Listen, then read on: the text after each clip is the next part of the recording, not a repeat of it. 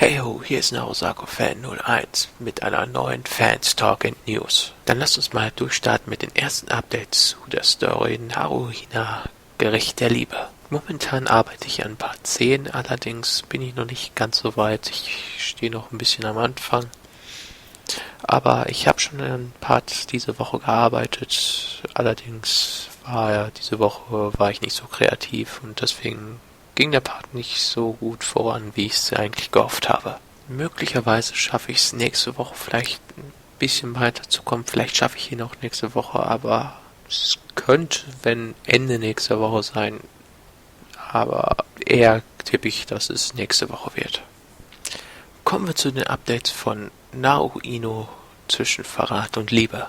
Naja, da ich ja noch an der Naruino arbeite, dauert es ein bisschen, bis ich wieder an der Naruino arbeite. Wie gesagt, wechselweise und daher wird es wahrscheinlich frühestens Ende nächster Woche angefangen, an dem Part 10 zu arbeiten. Aber eher die übernächste Woche dann. Damit werden erstmal die Updates dieser Woche geklärt. Auch möchte ich mich diesmal dann bedanken bei Samaral, die einen sehr netten und schönen Kommentar geschrieben hat. Wie gesagt, schöne Grüße zurück an dich in Nordosten Deutschlands und wie gesagt, ich freue mich, dass dir meine Storys helfen, wenn du dich mal schlecht fühlst. So etwas zu hören ist wahrscheinlich einer der schönsten Kommentare, die man als Storyschreiber kriegen kann. Vielen Dank. Naja, und da mir nichts Besseres eingefallen ist, kann ich ja aus den Kommentaren ein Thema machen, und zwar das Thema Kommentare auf YouTube, aber vor allem auf meinem Kanal, weil ich gehe vor allem auf meinen Kanal ein. Der andere Kanal ist wahrscheinlich dasselbe, aber wie gesagt, ich kann ja nur aus meiner Richtung sprechen, oder eher aus meiner Sichtweise. Das vorhin war eben ein sehr schöner Kommentar. Ich habe eben nicht alles erzählt, was da dran stand, da stand noch einiges mehr und wie gesagt, wer Lust dran hat, kann es ja ruhig den Kommentar lesen, kann ja jeder machen. Deswegen steht es ja auch unten drin, weil da sollte man nicht zu persönliche Sachen unbedingt reinschreiben, finde ich. Aber wie gesagt, es war ein sehr schöner Kommentar und ich freue mich auch immer über diese Kommentare. Es macht Spaß, solche zu lesen.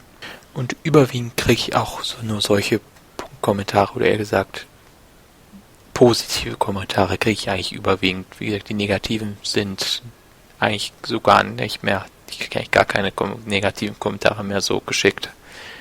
Das war schon mal schlimmer. Witzigerweise ist eigentlich aber auch, dass ich bei den ganzen, man könnte sagen, Kriegen zwischen den ganzen Storyschreibern, da gab es auch eine Zeit lang, wo die echt Parteien sich gebildet haben, die sagen, der eine ist so und der andere ist so. Ich war da nie beteiligt. Ich war eigentlich immer der Neutrale gewesen, der mit keinem Probleme hatte und schön seine Kommentare gekriegt hat und auch mit keinem sich anlegen musste, weil er auch mit keinem Stress angefangen hat. Wie gesagt, und zu Anfang hat man natürlich auch viele konstruktive Kommentare gekriegt, was man so besser machen könnte und so. Das waren natürlich am Anfang so Kommentare, die man gekriegt hat. Aber auch eben, ob man was gut gemacht hat, hat man natürlich auch dann gekriegt, eben nicht nur negativ, sondern auch positiv. Das ist ja vor allem beim konstruktiven Kommentar.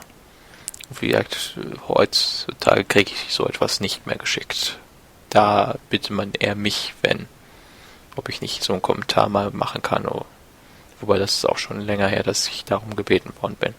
Wie gesagt, ich habe aber auch negative Kommentare gekriegt schon. Eben, dass schlecht ist oder warum habe ich ausgerechnet dieses Pairing. Aber es gab zwei YouTuber oder gesagt 2 Personen, die mich hier angeschrieben haben, die wirklich beleidigend wurden. Und da habe ich auch teilweise zurückgeschrieben. Und bis ich irgendwann aufgehört habe, auch überhaupt darauf zu reagieren. Oder wenn nicht zurückbeleidigt habe. Bei dem einen war es so, er hat dann, als es noch die Funktion gab, konntest du ja auf den Kanal direkt schreiben und da hat jemand beleidigende Sachen geschrieben. Da habe ich gemerkt, er ist ein Troll, den habe ich einmal was zurückgeschrieben und von dem habe ich nie wieder etwas gehört. Und das war es dann mit dem. Während bei dem anderen war es so, der hat meine Videos beleidigt, direkt darunter Kommentare geschrieben, die nicht sehr nett waren und ja, Ende vom Lied war nachher, er hatte einen ähnlichen YouTuber-Namen, glaube ich, gehabt wie ich und hat mich nachher darum gebeten, seine Videos anzugucken. Habe ich gemacht und ich habe probiert, so konstruktiv wie möglich darauf zu antworten, egal was er da vorher gemacht hatte. Boah, aber wie gesagt, ich habe nie wieder was von ihm auch gehört. Oder auch, ich habe es mir nicht angeguckt, weil ich auch die Story nicht gut fand, die er geschrieben hat. Mir hat das hier nicht gefallen. Eine andere Art von Kommentaren, die es auch auf YouTube gibt, sind die unbedingt auf unter anderen Videos dann ihren Kanal bewerben wollen mit Sachen, die eigentlich nicht dazu passen. Heutzutage gibt es ja die Funktion, dass die dann auch als Spam markiert werden automatisch. Da habe ich dann auch schon mal das als Spam drin gelassen und habe dann auf seinem Kanal ihm darauf geantwortet, dass ich das nicht wünsche, weil hätte ich das natürlich darauf geantwortet, dann hätte es wahrscheinlich die Markierung von Spam rausgenommen. Ich möchte da nicht, dass jemand meinen Kanal dafür ausnutzt, einfach um Werbung zu machen, wenn er nicht wirklich im Story-Bereich ist oder darum bittet, sondern wirklich einfach kackendreist runterschreibt, guckt euch lieber meine Videos an, sozusagen.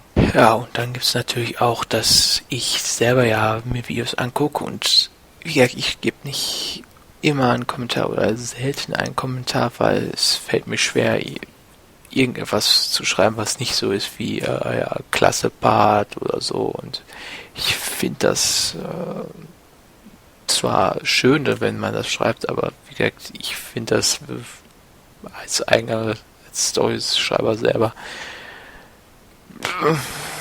gefällt es mir nicht so, dass ich da nur hinschreibe, klasse Part und so und da mir nichts Besseres einfällt und ich meistens auch viel später mir die Videos angucke, als sie rausgekommen sind. Nicht auf den Tag, sondern vielleicht eine Woche, manchmal auch einen Monat später erst angucke, denke ich mir auch oftmals dann, dass es jetzt nicht mehr nötig ist, darauf zu antworten oder eher was darunter zu schreiben.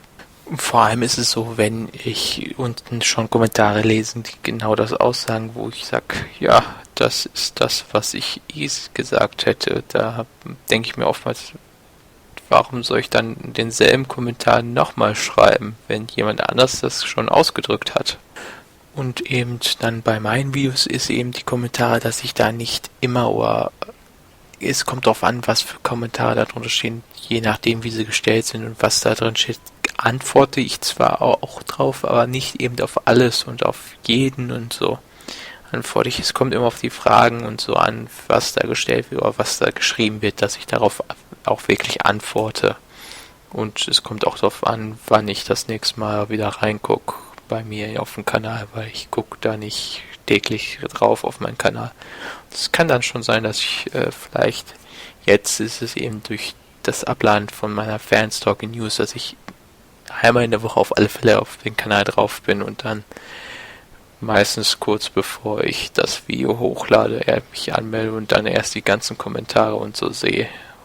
Und wie gesagt, deswegen kann es sein, dass ich auf Kommentare nicht immer auch eine Antwort gebe. Deswegen ist es oft, wenn ich wirklich einen Kommentar schreibe, dann will ich wirklich etwas damit ausdrücken oder sagen unter den Videos oder wenn ich auf jemanden antworte, dann will ich ihm wirklich irgendwas dazu sagen oder Antwort geben oder sei es vielleicht auch, dass ich irgendjemanden vielleicht motivieren möchte. Es kommt immer drauf an, was da drunter steht und worauf ich antworte, unter welchem Video ich was schreibe. Wie gesagt, da kommt es immer drauf an und wie gesagt, wenn ich wirklich etwas schreibe, dann ist es oftmals, dass ich so meine oder ich extrem sarkastisch oder ironisch werde. Das kann auch sein, je nachdem, was es ist. Allerdings sind diese Kommentare oftmals, oder ich hoffe, dass sie deutlich sind, dass ich entweder ironisch oder sarkastisch meine. Ich hoffe, dass es durchkommt bei meiner Schreibweise, dass ich es auch wirklich ironisch oder sarkastisch meine. Und wenn ich etwas ernst meine, dass ich dann auch ernst genommen werde, dass ich das auch wirklich so meine. Über die Jahre habe ich auch mich weiterentwickelt und wie gesagt, dass ich nicht mehr beleidige, auf Beleidigung reagiere, habe ich über die Jahre gelernt und ich probiere eben nett, freundlich und konstruktiv auf Sachen zu antworten, auch wenn der mir etwas geschrieben hat oder irgendjemand was geschrieben hat. Ein Video, wo etwas Negatives kommt, dass ich es probiere eben nett und freundlich zu klären, ohne beleidigend zu werden. Das habe ich in meiner Zeit auf YouTube gelernt und entwickelt. Deswegen gehe ich mit Kommentaren so um. Über die positiven freue ich mich, über die konstruktiven nehme ich an und probiere darauf einzugehen, wenn sie auch mir wirklich nützen. Und die negativen probiere ich zu ignorieren und nicht an mich ranzulassen. Wie gesagt, das habe ich für mich so entschieden und ich bin auch damit bisher auf einer guten Schiene unterwegs.